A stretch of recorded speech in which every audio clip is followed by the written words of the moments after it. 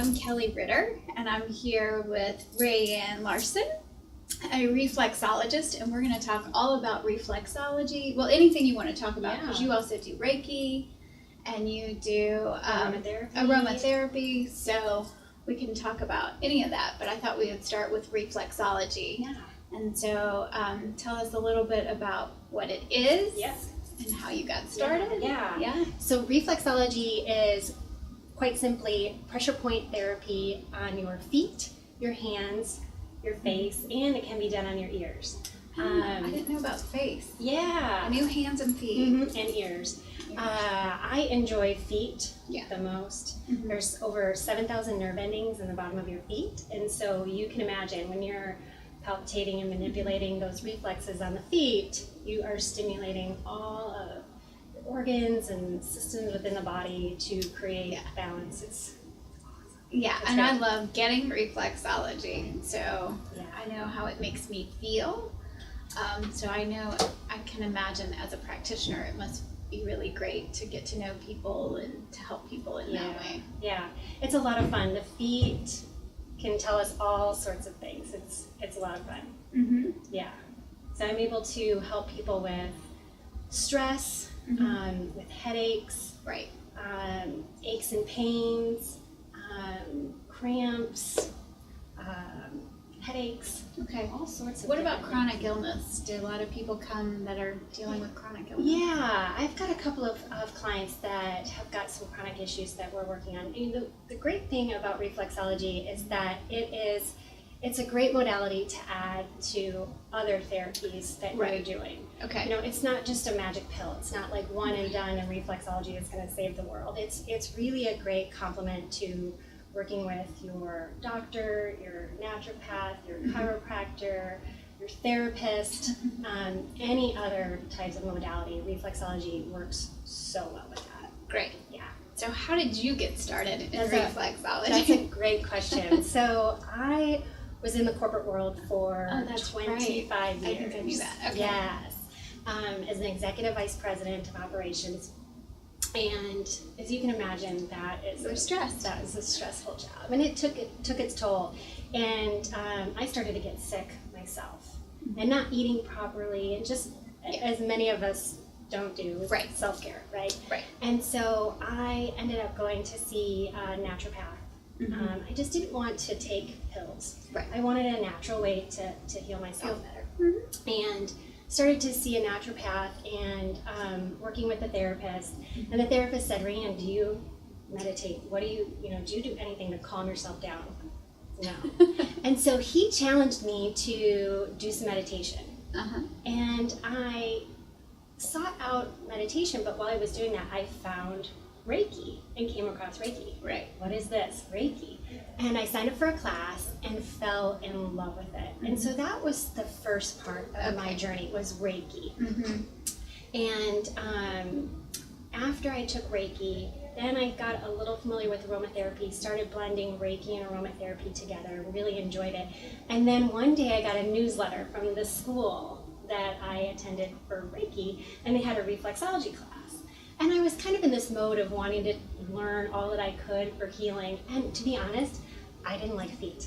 Oh, right. And so it was a challenge. Like, I don't like feet. I'm going to go take this reflexology And now class. you really love working with people's feet. Oh, yes, love it. Took the class and just fell in love with it. And so now reflexology is what I do mostly. Yeah. And then I incorporate the Reiki and aromatherapy into the reflexology. And that just changed my life and set a completely different course for me. And I left the corporate world and have really been dedicating my time and energy to reflexology for the last 2.5 years. I love it. I didn't realize that you entered through Reiki and that. Yeah, but it's often our own journey and not being well and saying, I've got to figure out how to get well.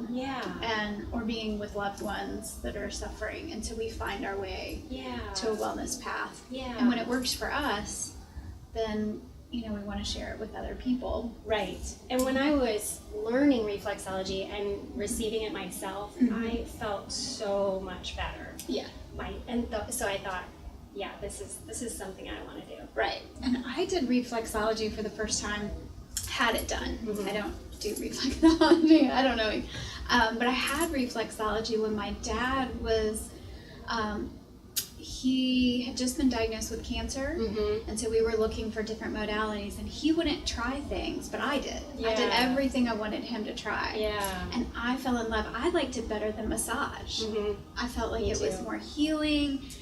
So then I was able to talk him into having the reflexologist come in when he was in the hospital, and he did love it, but took a little bit to let him, because I think people think we're just gonna, like, what are you doing to my feet? Like, you're just gonna massage my feet. That's a common misconception about reflexology, that it's just a foot massage, and it's not. It's not.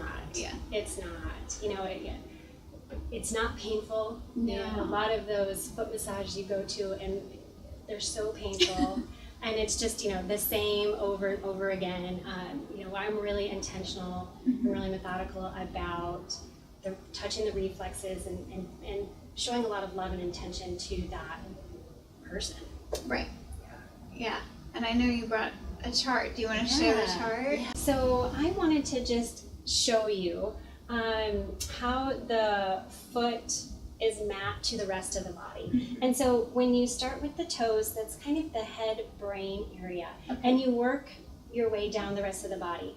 You've got the spine on either side here, and then you just keep going down. You've got your chest, lung area, your upper digestive area, lower digestive area, and heel is, you know, the bottom of the rest of the body. And there's two layers. It's a lot of fun of what I personally look at when I'm doing reflexology. One is the physical reflex layer, and I think we talked about this a little bit before in the past. And that is, you know, here's your liver, here's your chest, here's your kidney. And so those types of reflexes I'm really working with and trying to see what I'm picking up, whether it's puffiness, whether it's a change of texture in the skin. Those types of attributes tell me if there has a potential to be something happening in the body. And then also I look at an emotional layer, which is also a lot of fun. And so it's divided up into 5 zones, and top of the toes here are thoughts and emotion, or thoughts and opinions, excuse me.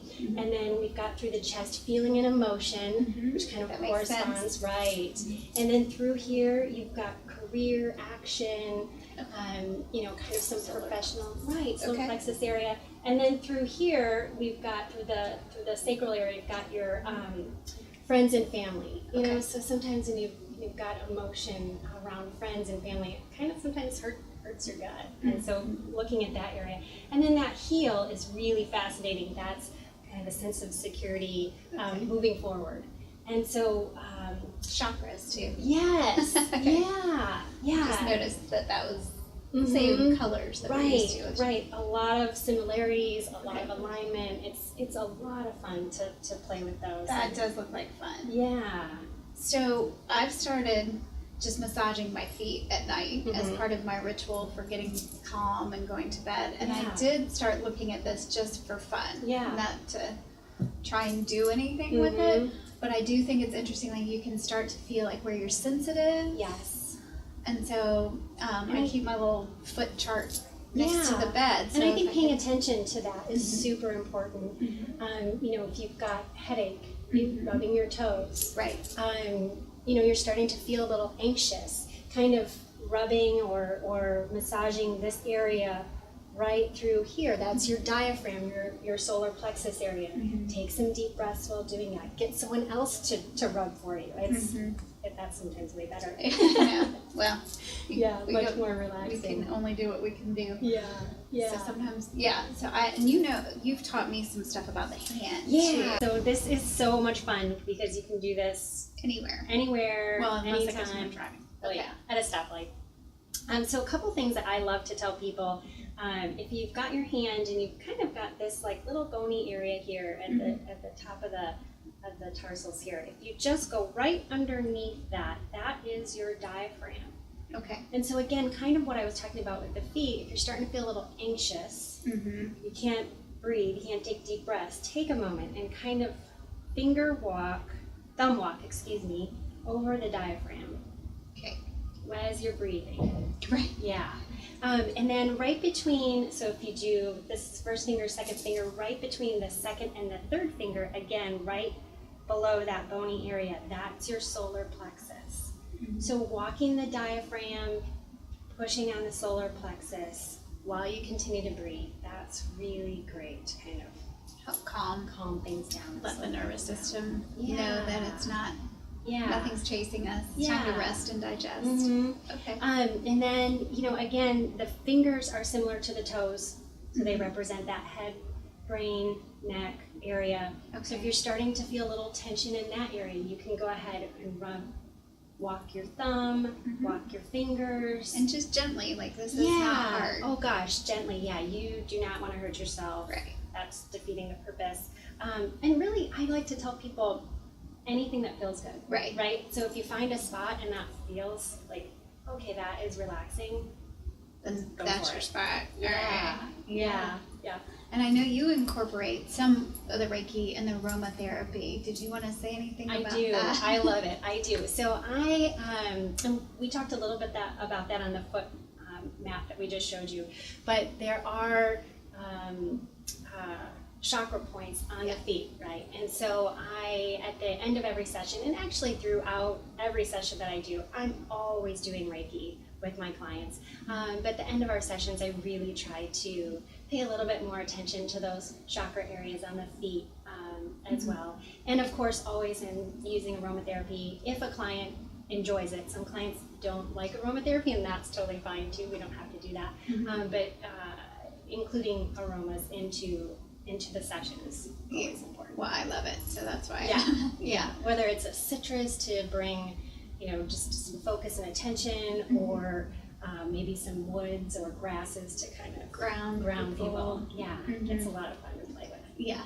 And I think the more you start to see a pattern in what people need, and get familiar with them, then you might have suggestions as they come to see you. Absolutely. A lot of times we will, at the end of the session, talk about what they experienced and what they liked and what they didn't like, and then being able to incorporate that outside of our sessions and then also inside our sessions. Right. Yeah.